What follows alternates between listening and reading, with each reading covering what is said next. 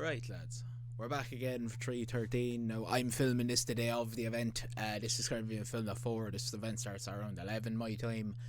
The only kind of reason I've taken so long to do this is I've gone between so many different options for this card to begin with. So this, I think, is going to be the 100% confirmed it of what it's going to be. I'm not going to talk too much about last week. I don't really think there's a lot to talk about. Another Moel Cape foul victory, and then you have, my lock of the week landed. Sam Patterson won it. Can't really argue that. I think his corner work was kind of stupid to say. He was scared of his mind of him to push forward to then get counter punched and knocked out. But look, let's get down to this week. Let's get down to this week's lock of the week. Bruno, the whole Ferreira! So yes, this week's lock of the week is going to be Bruno Ferreira. I think at 11 to 10, I think he's the best odds on the card for what I think is going to be possible. The only other one I went between the two of them, well, you will see inside the underdogs, but I won't say it right now. Bruno Ferreira, the reason I'm picking this is I think Armin Petrosian's fucking shit. I think he's one of the worst, probably quote-unquote kickboxing world champions that's been in the UFC. The sure bullet fight showed to me that he really was nowhere near. I find it really surprised he was ranked. I understand he had a really, really good run about 4 years ago, but he's really just, the wheels have fell off, the grease is gone, the WD-40 is worn out. The man realistically looks a lot slower. He plans to feet a lot more. Head stays on the centre line. These are all things I can see Bruno Ferreira capitalising on. I think Bruno Ferreira could either knock him down with a jab. He has that much power in his hands. The Robocop finish comes to mind where he's on the fence, he just jabs him, knocks him straight to the ground.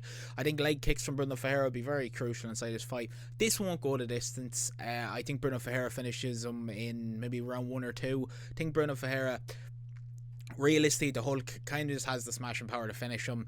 The Sure Bullet loss, you realise how shit Sure Bullet actually is. He's probably one of the worst prospects the UFC has this year. MVP exposed him badly. You kind of have to wonder who he lost to before this. And Armin Petrosian's one of the only people he really finished. And that was a spinning back fist from a guy who has 25% sight in his right eye. You literally got beaten by a lad who can barely see out his right eye. He can just kind of see shadows and colours. So, being honest here, Bruno Ferreira should win this fight pretty comfortably. I'm surprised he's the, over money, to be honest. But to be honest, I can't actually describe why he's over money. He just is. But anyways, we're going to pick Bruno Ferreira. I think the knockout powers, just even from the jab, could knock him out, and that's really what I'm thinking here. There's definitely going to be a finish from Bruno Ferreira. Favourites we go. This card is a lot harder to pick for me. This is why I took so long to make this. I think I'm pretty confident what's here, though. I think I'm pretty confident on the favourites. Pretty much certain enough. So we start with Chris Gutierrez. I was going to pick on John Castaneda last week at 2 to 9, but I think when you put him in relatively fair standings, who's been closer to top 15 over their time, it's definitely Chris Gutierrez. Definitely Chris Gutierrez has the better skill set and the better, I would say, hands inside this fight. I think he's the faster striker between the two of them. I think the wrestling goes to John Castaneda, but not by a massive amount. I don't think we'll see this hit the match. And if we do, I don't think it will go very far. It does hit the mat. I don't see this being a very different sort of fight. I think Chris Gutierrez has it his own way where this goes. I think it's a pretty easy win for him. I was surprised at the odds of it being so close to a pick'em, but we've gone with we've gone with Chris Gutierrez at 4 to 5. I think Chris Gutierrez just as faster on the feet. I think you'll see a good 15 minutes here. It's a bit of a grueling 15 minutes, but I think it's pretty good to be inside the ACA. Next you have Marcelo Rufi, which I don't think there's a person on planet Earth who's picking Bobby Green unless you were a Bobby Green mega fan, or King Green, whatever he's changed his name to. He looked fucking terrible against Paddy Pimblett. I really thought he was going to bring out a better fight against Paddy Pimblett. I really thought we were going to see sort of this style that he always talks about, the street fighting knowledge, and that'll fight anyone at any given moment. That's all fair, but when the skill set just doesn't really match, he fell into the submission against Paddy Pimblett. Maybe it was the occasion. I don't see this being much different. I can see Rufi maybe finishing him, but I think a 15 minutes, just an easy style upon victory. Doesn't really get much credit in the book. It's just you beat King Green, as nothing really special. If we look at it realistically, King Green's only real notable win recently was that Grant Dawson, who we can tell has no chin. It's kind of impressive that he's still ranked when he just wrestle fucks for his whole fight and wrestles to save his fucking life. He sniffs nuts. He barely even tries to stand up with anyone. When he did, King Green call bang. The Julian Turner fight is one that I'd like to look at, where Bobby Green, to be honest, comes into him all these fights with the same style of just hands completely down, doesn't block the face, comes in with some sort of swagger, hits once, chin cracked, on the ground. Good night, Irene. And I don't think that would be any different in the Rufy fight, to be honest. The Rufy, I don't think, is one of the best from the Fighting Nerds gym, but I also do think he's good enough to beat King Green. Not hard. Now, the next fight's very weird. Curtis Blades. Now, he's 3-10. I'm picking Curtis Blades. He just had a title fight not even 12 months ago. I'd say it's not even 9 months ago that he fought for a belt. Or no, it's actually maybe 12 months to the day. I don't remember when he fought in London, but it's probably about 9 months. Why is he on the prelims? Like, I know the lad he's fighting is a high prospect Russian who has heavy reps and heavy grappling, but not great hands. I've watched him in all of his PFL fights. I decided to look at most of them. There's not many good finishes. There's sort of tiring out lads from wrestling. If he thinks he's going to come in here and wrestle 15 minutes with Curtis Blades, you're playing into Curtis Blades' strengths. I realistically have no idea what the game plan would be here. He probably is the better wrestler, but Curtis Blades is a hard man to put away. We've seen him fight multiple wrestlers and not really be able to do, a massive amount to him. He does have a bit of a chinny chin, but I also think Curtis Blades has good hands on the feet, and I actually think he has good power in his hands. I'm not seeing a finish in this. I'm seeing a 15-minute maybe split, majority maybe, but I can see Curtis Blades definitely win this fight. I think it's very strange to have the 5th or 6th ranked heavyweight on the prelims, but I guess that's the way the UFC see it. I really don't think this would have been outplaced in the main card, but look, we'll move it along. Then Jury and Santos.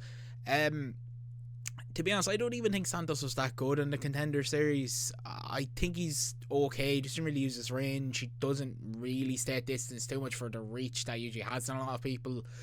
But I do think he will beat Ozzy Diaz. I'm surprised Ollie Diaz has decided to drop down in weight after 2 devastating knockouts where Miao Zing nearly took his fucking head off in China. So I don't see any difference here. I'd probably say he does get finished just because he physically has no chin. That elbow nearly knocked him into next week. I don't see Jerry and Santos having too much issue here. I don't even think Ollie Diaz has much of a grappling advantage. I think this will be a bit of a stand-up war. I can see Santos maybe finishing this, but I'll play it safe and just say a decision with a 29-28. I won't say it's going to be a very interesting fight. First fight tonight, we won't see much interest in it. Just maybe a bit of a slog 15. But right, we'll move along to the underdogs. So here we are with the underdogs, lads. There is only 3, and I know one of them is sticking out like a sore thumb here, but let me just explain. The first 2, I'll go off with Justin Gaethje. Look, to be honest, I'm only picking Justin Gaethje because I don't think Rafael Fiziev has improved from their first fight at all. I really think that it's kind of shit by the UFC to bring in Rafael Fiziev. I'm not really that excited for this rematch. I didn't even think the first fight was that good. I thought it had its moments, but it was still very much kind of Gaethje won it pretty cleanly. I don't know why people call it robbery. I guess before Fiziev broke his nose it was a bit closer, but it was in the first round. I don't see any difference here. I think Rafael Fiziev's leg injury that I got against Gamrot will play a big part here. Gaethje, it is hard to know who he's going to come back after the Holloway fight, but I don't think we're going to see any different from him. I think he's just going to put the pressure on, win a decision, and that's it. I'm really sad we lost the Hooker fight because that would have been a bloodbath. That would have been genuinely really interesting. I'm just happy that they didn't pick Gamrot for this rematch because Gamrot would have just stunk up the place with his boring fucking wrestling style that no one wants to watch. If you like sniffing nuts, just go watch gay porn. It's kind of a waste of time just see a lad fully wrestle with nothing else. But we're going to move it on to Francis Marshall. The firefighter, I've picked him because I've seen a lot of people saying that these odds don't make any sense, and I fully agree. I'm not sure what kind of they see in Marlon Santos. Like, he's the tough winner, fair enough, but in the final he fought a lad who you kind of have to question how he got there, Olaf Canny, who didn't even look good in the Contender Series the one time he was there. Like, I mean, it was just kind of a basic like kickboxing match with a bit of grappling, and even at that I thought Santos lost some of those exchanges.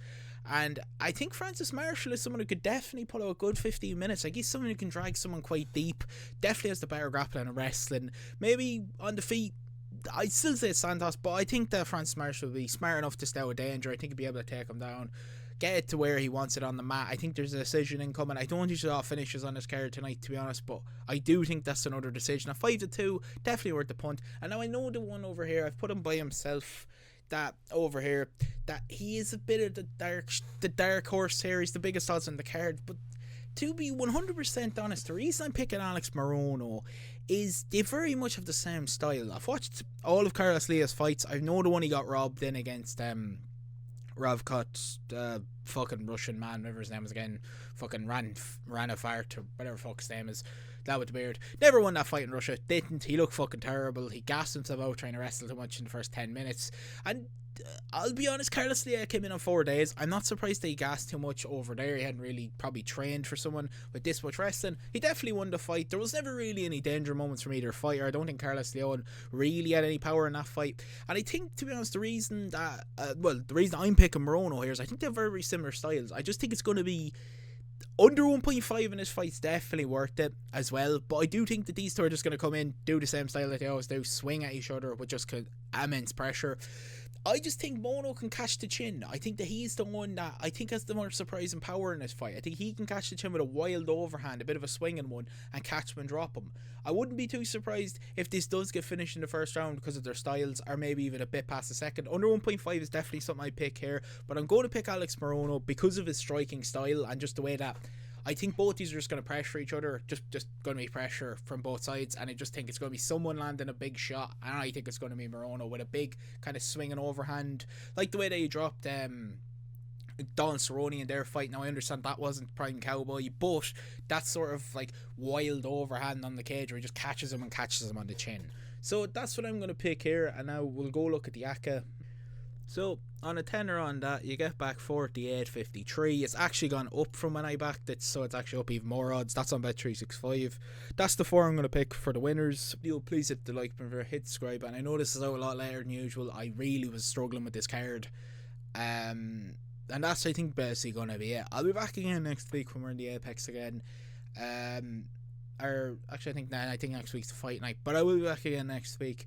Hopefully this card is a lot more interesting than a few different ones. If you want to know my thoughts on a few other of the fights, just because I'm probably not going to do a full card breakdown, I'll do a very quick one here. I won't say anything, I won't really say anything, I'll just literally look at fights that I haven't picked. Between Amangelenos and Lacedo, I go with Lacedo. Badamondos versus Julian Turner. Badamondos. Pereira wins that title fight. Josh Fan beats the fucking Japanese man, and they're the only real fights I haven't covered. So yeah, I'm just going to leave those out, but I'm going to give you a very, very quick breakdown. I'm not even going to give you no reasons why, just I think they're going to win the fights. Not many finishes tonight, and yeah, I think that's going to be it. So if you did enjoy the video, please hit the like button, hit the subscribe button. I'll see you in the next one. Peace.